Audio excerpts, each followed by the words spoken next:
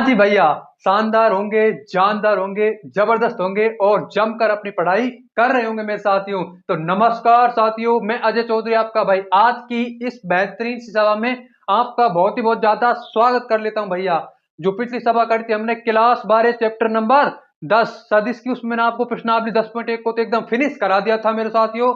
तो आज की इस बेहतरीन सी सभा में प्रश्नावली 10.2 का जो शुरू का बेसिक है ना, उसको सीख लेंगे।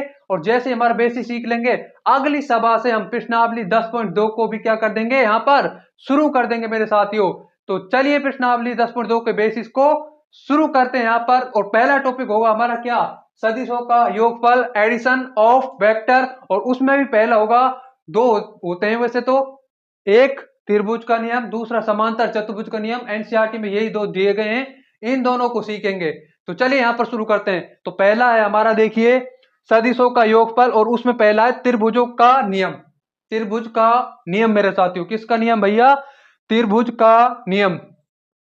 यदि किसी त्रिभुज की दो क्रमागत भुजाओं को जैसे कि रही ए बी बी सी, यदि किसी त्रिभुज की, किसी ट्रायंगल की दो क्रमागत भुजाओं को किससे दर्शाया जाए, दो सदिशों से दर्शाया जाए, तो तीसरी भुजा उन दोनों सदिशों के योगफल को दर्शाएगी। देखो, ए बी बी सी, और आपकी तीसरी भुजा क्या है, एसी। और वो तीसरी भुजा दिशा में क्या होगी, विपरीत होगी। क्या क्या ये दिशा में विपरीत है, डेफिनेटली विपरीत है। देखिए दिशा ऐसे है इसकी, तो ऐसे होनी चाहिए, कैसे, इसकी दिशा ऐसे, लेकिन है कैसे, ऐसे मेरे साथियों। तो ये क्या है, इसकी दिशा विपरीत। तो विपरीत दिशा, अगर सुन लो, यदि किसी त्रिभुज की दो क्रमागत भुजाओं को दो सदिशों से हम रिप्रेजेंट कर लें, तो उस त्रिभुज की जो तीसरी भुजा है ना, वो उन दोनों सदिशों के योग को दर्शाती है तथा दिशा में विपरीत होती है। यानी कि ए बी प्लस में बी सी करो, ए बी प्लस में बी सी बराबर में हमारा ए सी आ गया, ए बी प्लस में बी सी बराबर में आपका माइनस में सी ए आ गए, सी ए इधर आ जाएगा, तो ए बी प्लस में बी सी प्लस में सी ए बराबर 0। यहां पर कोई दिक्कत, कोई दुख, कोई दर्द, कोई पीड़ा नहीं होनी चाहिए। तो ए बी प्लस में बी सी प्लस में सी ए बराबर में हमारा 0। तो कुछ ना है मेरे साथ, कुछ भी ना है, ये ए बी है भुजा और एक बी सी भुजा है, इन दोनों का मैंने योग कर दिया, एक तीसरी भुजा जो दिशा में विपरीत है उसके तुल्य आ गया। यही हमारे त्रिभुज का नियम है। अब बात करते हैं आपके समांतर चतुर्भुज के नियम की, उसी जोश के साथ, उसी उत्साह के साथ। यहाँ पर समांतर चतुर्भुज के नियम को देख लेते हैं। ये सदिशों के योगफल का दूसरा नियम है हमारा समांतर चतुर्भुज का नियम। और समांतर चतुर्भुज का नियम क्या है, देखिए, आप पास है समांतर चतुर्भुज ए बी सी डी।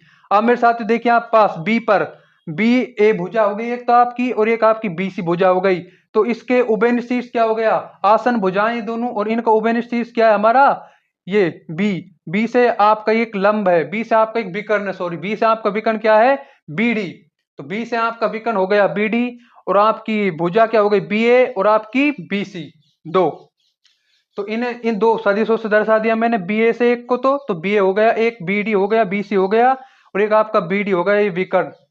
तो मेरे दोस्तों और साथियों, क्या, यदि किसी समांतर चतुर्भुज की, मेरे साथ सुन लीजिए, समांतर चतुर्भुज की आपकी यहाँ पर, अभी देखते हैं यहाँ पर हमारे, यदि किसी समांतर चतुर्भुज की दो संलग्न, यदि किसी समांतर चतुर्भुज की दो संलग्न या अथवा आसन, समांतर चतुर्भुज की दो संलग्न, दो आसन भुजाओं, कुछ भी कह सकते हैं, आसन को संलग्न को, यदि किसी समांतर चतुर्भुज की दो आसन भुजाओं को दो सदिशों द्वारा दर्शाया जाए, तो उनके उभयनिष्ठ शीर्ष को, तो उनके उभयनिष्ठ शीर्ष से गुजरने वाली, तो उनके मेरे साथियों उभयनिष्ठ शीर्ष से, ये रहा उभयनिष्ठ शीर्ष से गुजरने वाला जो विकर्ण है ना, बनने वाला विकर्ण है, वो उन दोनों के योग को दर्शाएगा। यानी कि देखिए, बी ए प्लस में बी सी, बी ए प्लस में बी सी, और ये आपका विकर्ण है बी डी के तुल्य होगा। तो बी ए प्लस में बी सी बराबर बी डी, बी ए प्लस में बी सी बराबर बी डी। यहां पर अब क्या बात करेंगे मेरे साथियों, अब बात करेंगे हम हमारे पोजीशन वेक्टर की, स्थिति सदिश की। अब बात करते हैं आपके अगले टॉपिक की, और अगला टॉपिक है हमारा स्थिति सदिश। वैसे तो हमने इसे पिछली सभा में भी डिस्कस कर लिया था मेरे भाई, लेकिन इसमें भी डिस्कस करेंगे स्थिति सदिश, पोजीशन वेक्टर। तो देखिए, आपका एक्स वाई जेड तल है हमारा, ये ओ आपका ओरिजिन है, ओरिजिन के निर्देशांक क्या क्या होते हैं, 0 0, और पी कोई आपका बिंदु है जिसके निर्देशांक क्या है, एक्स वाई और जेड। तो मेरे दोस्तों और साथियों, distance between two point, class 11 का चैप्टर में टॉपिक है ना हमारा, कोऑर्डिनेट ज्योमेट्री में, त्रिविमीय ज्यामिति में है ना हमारा, वहां पर निर्देशांक ज्यामिति, निर्देशांक ज्यामिति में से है ना डिस्टेंस बिटवीन 2 पॉइंट, उसी का उपयोग करा है। तो एक्स वाई जेड और 0 0, तो देखिए आपका ओपी वेक्टर कितना आएगा यहाँ पर, अंडर रूट एक्स माइनस में 0 का स्क्वायर प्लस में वाई माइनस में 0 का स्क्वायर प्लस में जेड माइनस में 0 का स्क्वायर, तो ये कितना आ जाएगा under root x square plus में वाई स्क्वायर प्लस में जेड स्क्वायर। पी का जो स्थिति सदिश है वो ओपी है। एक ऐसा सदिश, एक ऐसा सदिश, क्या लाइन ध्यान रखनी है, एक ऐसा सदिश जिसका प्रारंभिक बिंदु मूल बिंदु हो, एक ऐसा सदिश जिसका प्रारंभिक बिंदु मूल बिंदु हो आपका स्थिति सदिश पोजीशन वेक्टर कहलाता है। तो एक ऐसा सदिश जिसका प्रारंभिक बिंदु हमारा मूल बिंदु है वही हमारा स्थिति सदिश कहलाता है, पोजीशन वेक्टर कहलाता है। अब बात करते हैं एक सदिश के घटक, जो दो तरह के भी होते हैं आपके, स्केलर एंड वेक्टर। अगला टॉपिक है हमारा एक सदिश के घटक, कंपोनेंट ऑफ ए वेक्टर। एक सदिश के घटक, तो ये आपका तल है एक्स वाई जेड, इसमें कोई सदिश आपका पी एक्स वाई जेड है, आई एक्स अक्ष की तरफ है हमारा, जे वाई अक्ष की तरफ है और के केप आपका जेड अक्ष की तरफ है मेरे साथियों। तो इसका ओपी सदिश आपका निकल के आ जाएगा, वो x i cap y j cap z k cap आ जाएगा। ओपी परिमाण अंडर रूट में एक्स स्क्वायर प्लस में वाई स्क्वायर प्लस में जेड स्क्वायर आ जाएगा। अब मेरे साथियों आप कंफ्यूज हो रहे होंगे कि आई जे के केप ये क्या है मेरे दोस्त, ये है आपके आई कैप तो है आपका एक्स अक्ष की दिशा में एकांक सदिश है, और आपका जो जे कैप है वो वाई अक्ष की दिशा में एकांक सदिश है, और जो आपका के कैप है वो आपका जेड अक्ष की दिशा में एकांक सदिश है मेरे साथियों। और आप आपके बात करते हैं सदिश घटक की, अदिश घटक की, scalar component of a vector और vector component of a vector, यानी कि सदिश घटक की और अदिश घटक की। तो देखिए अदिश घटक, सबसे पहले बात करते हैं अदिश घटक। अदिश घटक को समकोणी घटक भी कहा जाता है। तो अदिश घटक की बात करते हैं यहाँ पर, अदिश घटक। तो अदिश घटक कौन कौन से होंगे आपके, एक्स वाई जेड, जो आई जे के केप केप का गुणांक है ना वो जो इनके, वही आपके अदिश घटक होंगे। उसके बाद बात करते हैं आपके सदिश घटक की। तो सदिश घटक होंगे हमारे कौन कौन से, वेक्टर कंपोनेंट सदिश घटक होंगे हमारे, पता है कौन कौन से, तो वो हो जाएंगे आपके एक्स आई वाई जे और जेड के कैप, एक्स आई कैप वाई जे कैप और जेड के कैप, ये आपके सदिश घटक हैं। और आपके अदिश घटक क्या क्या है, एक्स वाई जेड, सदिश घटक एक्स आई वाई जे जेड के। सदिश घटक और अदिश घटक भी हो गए मेरे साथियों। अब हम क्या बात करेंगे, हमें यही तो सीखने थे सदिश और अदिश घटक। आई के कैप तो आई जे के कैप तो आपको पता ही होगा, आई कैप तो आपका एक्स अक्ष की दिशा में और वाई जे कैप आपका वाई अक्ष की दिशा में एकांक सदिश, एकांक सदिश मतलब जिसका परिमाण इकाई हो, और आपका के कैप आपका जेड अक्ष की दिशा में एकांक सदिश है। अब बात करेंगे इसके बाद आपके नेक्स्ट टॉपिक की मेरे साथियों। उससे पहले हमें कुछ चीजें सीखनी है, जैसे कि दो सदिशों का योग कैसे करेंगे, दो सदिशों का अंतर कैसे करेंगे, दो सदिशों के संरेख होने की शर्त भी देख लेंगे इसी सभा में। तो चलिए मेरे साथियों अगले उन चीजों की तरफ बढ़ते हैं भैया। यहाँ पर योग की और आपके अंतर की और संरेख होने की शर्त की। तो देखिए माना आपका ए सदिश है, क्या मेरे साथियों हमारा ए सदिश है A1 आई कैप प्लस में A2 जे कैप प्लस में A3 के कैप। कोई दिक्कत, कोई दुख, कोई दर्द पीड़ा नहीं होगी। और आपका जो बी सदिश है वो पता है आपका क्या है, वो है हमारा आपका यहाँ पर B1 आई कैप B2 जे कैप B3 के कैप, कोई दिक्कत नहीं है। अब इसी से हम योग करेंगे, इसी से हम अंतर करेंगे। योग का मतलब पता है आपको, एक बात बताता हूं, आई के गुणांक में आई के गुणांक को जोड़ देंगे, जे के गुणांक में जे के गुणांक को जोड़ देंगे और के गुणांक में के गुणांक को जोड़ देंगे यहाँ पर। तो देखिए ए सदिश प्लस में बी सदिश बराबर आई के गुणांक में आई के गुणांक को जोड़ेंगे, यानी कि A1 प्लस में B1 और आपका आई कैप और A2 प्लस में B2 जे कैप प्लस में A3 प्लस में आपका A3 B3 के cap. There is no problem, कोई प्रॉब्लम, कोई दिक्कत, कोई दुख नहीं होगा मेरे साथियों।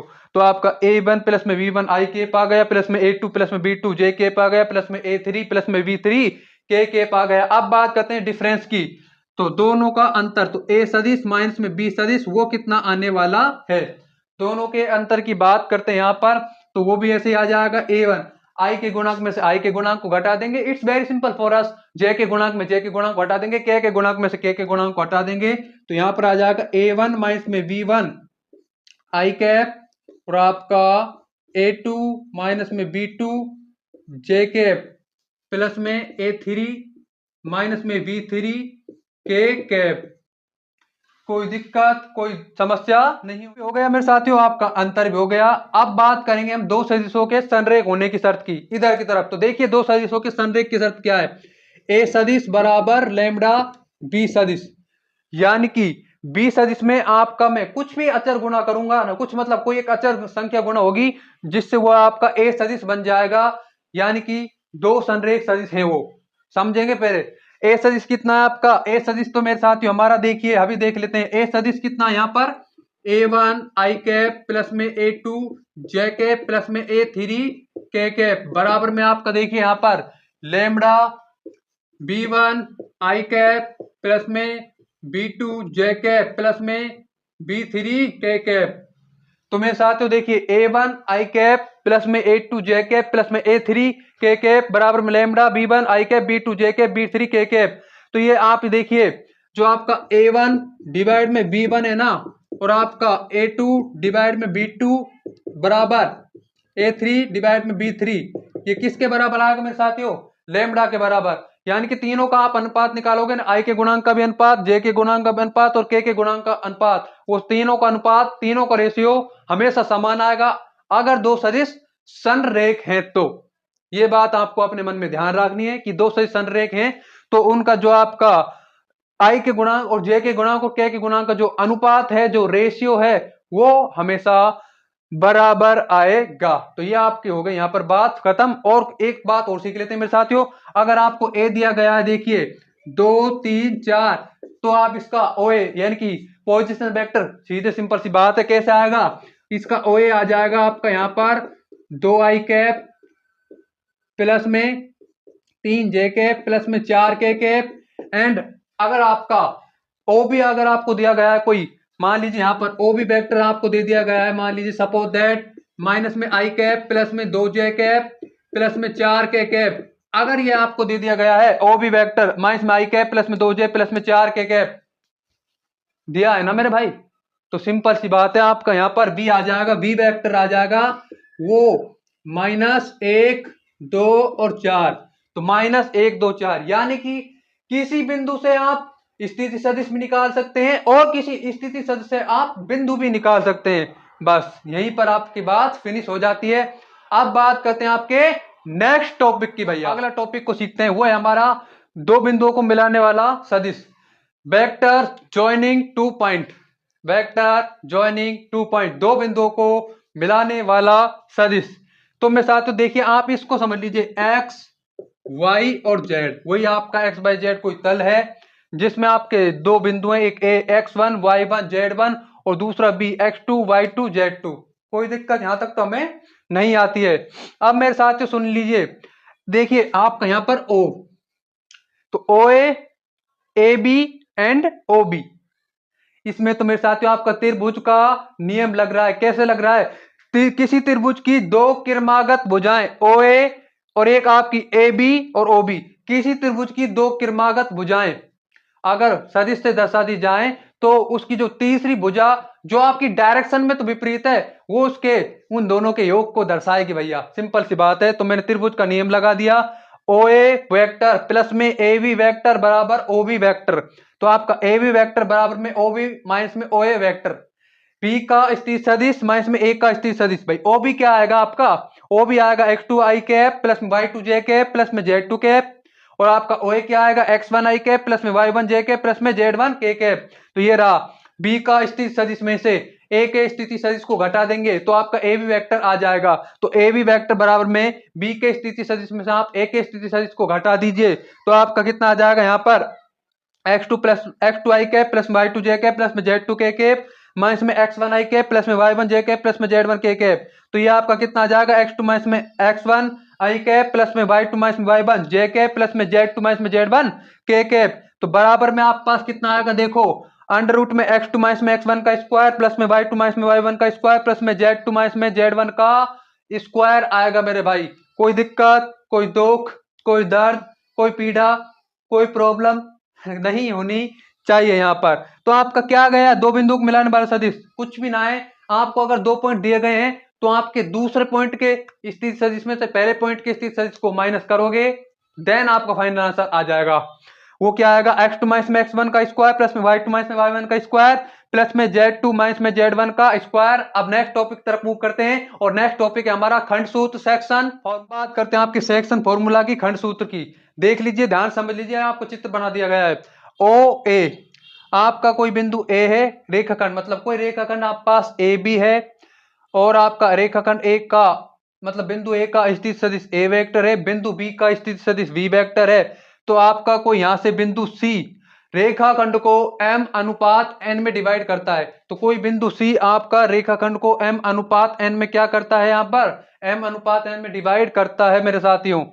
तो अब देखिए, इसके अगर अंत विभाजन का सूत्र देख लेंगे, एक हम बाह्य विभाजन का देख लेंगे, एक हम मध्य बिंदु का देख लेंगे। तीन सूत्र समझेंगे, इनका डेरिवेशन तो करने की कोई जरूरत नहीं, निकालने की कोई जरूरत नहीं है, डायरेक्ट हम याद रख लेंगे। ओसी वेक्टर बिंदु सी का स्थिति सदिश अंत विभाजन करने पर, तो आपका देखिए m का आप b से मल्टीप्लाई करोगे, n को आप a से मल्टीप्लाई करोगे, और m और n जो भी अनुपात में आपका डिवाइड करा है उसका भाग लगा दोगे योग कर कर। तो ओसी वेक्टर बराबर में एम बी वेक्टर प्लस में एन ए वेक्टर डिवाइड में m प्लस में n, अंत विभाजन का सूत्र। उसके बाद बाह्य विभाजन का सूत्र आएगा ओसी वेक्टर बराबर में एम बी वेक्टर माइनस में एन ए वेक्टर डिवाइड में m प्लस में n, बाह्य विभाजन का सूत्र। सी अगर आपका मध्य बिंदु है, अगर मध्य बिंदु सी है तो आपका पता कितना आ जाएगा, ओसी वेक्टर बराबर ए वेक्टर प्लस में बी वेक्टर डिवाइड में 2। तो ए वेक्टर प्लस में बी वेक्टर डिवाइड में आपका 2 आ जाता है। कोई दिक्कत समस्या यहां तक तो हमें नहीं नजर आई मेरे साथियों। अब तक हमने क्या क्या सीख लिया, अब तक हमने सीख लिया मेरे भाई, देखो क्या क्या अब तक हमने सीखा है। त्रिभुज का नियम, यदि किसी त्रिभुज की दो क्रमागत भुजाओं को दो सदिशों द्वारा दर्शाया जाए तो तीसरी भुजा उन दोनों के योग को दर्शाएगी। समांतर चतुर्भुज का नियम क्या है, यदि किसी समांतर चतुर्भुज की दो संलग्न दो आसन भुजाएं, किसी समांतर चतुर्भुज की दो संलग्न भुजाएं आसन भुजाएं अगर आपके दो सदिशों को दर्शाती हैं, तो उसके उभयनिष्ठ शीर्ष से गुजरने वाला विकर्ण, जो उभयनिष्ठ शीर्ष से गुजरने वाला विकर्ण है ना, वो पता है किसको दर्शाएगा, वो आपका दर्शाएगा यहाँ पर उभयनिष्ठ शीर्ष से उन दोनों के योग को दर्शाएगा। उसके बाद हमने सीख लिया था मेरे साथियों क्या, स्थिति सदिश एक ऐसा सदिश जिसका प्रारंभिक बिंदु आपका मूल बिंदु होता है, स्थिति सदिश कहलाता है। और दूसरी आपने उसके बाद आपने सीखा था कंपोनेंट ऑफ ए वेक्टर, किसी सदिश के घटक, उस सदिश के घटक कौन कौन से थे, आई कैप, जे कैप और के कैप। कोई सदिश है मेरे साथियों आपका एक्स आई कैप, वाई जे कैप, जेड के कैप, तो इसके आपके सदिश घटक कौन कौन से आएंगे, scalar component I cap, J cap और के कैप के गुणांक होंगे, जो ही आपके स्केलर कंपोनेंट होंगे। और आपके एक्स आई कैप, वाई जे कैप, जेड के कैप, ये आपके स्केलर के बाद आपका वेक्टर कंपोनेंट सदिश घटक होंगे यहाँ पर भैया। और आपका जो आई कैप और जे कैप और के कैप है ना, ये एक्स अक्ष की दिशा में क्रम से, एक्स अक्ष की दिशा में तो आपका आई कैप है, और आपके वाई अक्ष की दिशा में आपका जे कैप है, और जेड अक्ष की दिशा में आपका के कैप है यहाँ पर। उसके बाद हमने सीख लिया था मेरे साथियों, क्या सीखा था, योग, दो सदिशों का योग करेंगे। ए सदिश आपका A1 आई कैप प्लस में A2 जे कैप प्लस में A3 के कैप, और आपका बी सदिश आपका B1 आई कैप B2 जे कैप प्लस में B3 के कैप है। तो ए सदिश प्लस में बी वेक्टर आपका कितना आ जाएगा, A1 प्लस में B1 प्लस में A2 प्लस में B2, यानी कि आई का गुणांक आई से, आई के गुणांक को आई के गुणांक में जोड़ देंगे, जे के गुणांक को जे के गुणांक में जोड़ देंगे, के गुणांक को के गुणांक में जोड़ देंगे, और ए सदिश माइनस में बी वेक्टर करेंगे यानी कि घटा देंगे, तब ए के गुणांक में से आई के गुणांक में से आई के गुणांक को घटाएंगे, जे के गुणांक में से जे के गुणांक को हटाएंगे, के गुणांक में से के गुणांक को हटा देंगे। दो सदिशों के संरेख होने की शर्त, ए सदिश बराबर में लैम्डा बी, तो आपका A1 बाई B1 बराबर में A2 बाई B2 बराबर में A3 बाई 3 लैम्डा के बराबर आएगा। यानी कि आई के गुणांकों का आप अनुपात ले लो, जे के गुणांकों का अनुपात ले लो, और के गुणांकों का अनुपात ले लो, तीनों का अनुपात समान आएगा अगर दोनों सदिश आपके संरेख है। उसके बाद आपने सीख लिया था मेरे साथियों दो बिंदुओं को मिलाने वाला सदिश वेक्टर जॉइनिंग टू पॉइंट। और ये वेक्टर जॉइनिंग टू पॉइंट है, होता क्या है, दो बिंदु आपको मेरे साथ मान लीजिए आपके पास दो बिंदु दिए गए हैं, तो बिंदु बी के स्थिति सदिश में से आप बिंदु ए का स्थिति सदिश को घटाएंगे ना, तो उन दोनों का वो स्थिति सदिश आ जाएगा, यानी उन दोनों का सदिश आ जाएगा, दो बिंदुओं का सदिश आ जाएगा। मान लीजिए बी आपको 2 4 5 दिया गया है, ए आपको 1 3 4 दिया गया है, तो बी का आप स्थिति सदिश क्या निकालोगे, आई जे कैप लिख दोगे, ए का भी आप आई जे के कैप लिख दोगे, और बी के स्थिति सदिश में आप ए के स्थिति सदिश को घटा दोगे तो आपका ए बी वेक्टर आ जाएगा यहाँ पर। उसके बाद आपने क्या सीखा था मेरे साथी, उसके बाद हमने ये खंड सूत्र सीखा था, सेक्शन फॉर्मूला सीखा था। क्या है, आप पास एक रेखाखंड ए बी है, ए का आपका स्थिति ए वेक्टर है, बी का स्थिति आपका बी वेक्टर है, कोई आपका तीसरा बिंदु रेखाखंड सी रेखाखंड को m अनुपात n में डिवाइड करता है यहाँ पर, तो अंत विभाजन बाह्य विभाजन, और अगर आपका सी मध्य बिंदु है तो उसका सूत्र हमें देखना है, अंत विभाजन का सूत्र ओसी वेक्टर बराबर में एम बी प्लस में एन ए डिवाइड में एम प्लस में एन, अंत विभाजन का सूत्र, और ओसी बराबर आपका एम बी माइनस में एन ए डिवाइड में एम प्लस में एन बाह्य विभाजन का सूत्र। अगर सी आपका मध्य बिंदु है तो ओसी वेक्टर बराबर में ए वेक्टर प्लस में बी वेक्टर डिवाइड में दो, यहाँ पर देयर इज नो प्रॉब्लम। यहाँ पर थैंक्स। अगर आज की इस सभा से अगर आपको कुछ भी सीखने को मिला हो, हल्का सा भी थोड़ा सा भी कुछ भी, तो प्लीज इस सभा को लाइक करें, शेयर करें, और हमारे इस ज्ञानी मैथ्स फिजिक्स प्लेटफॉर्म को जरूर से जरूर सब्सक्राइब कर लें। तो थैंक्स फॉर वॉचिंग।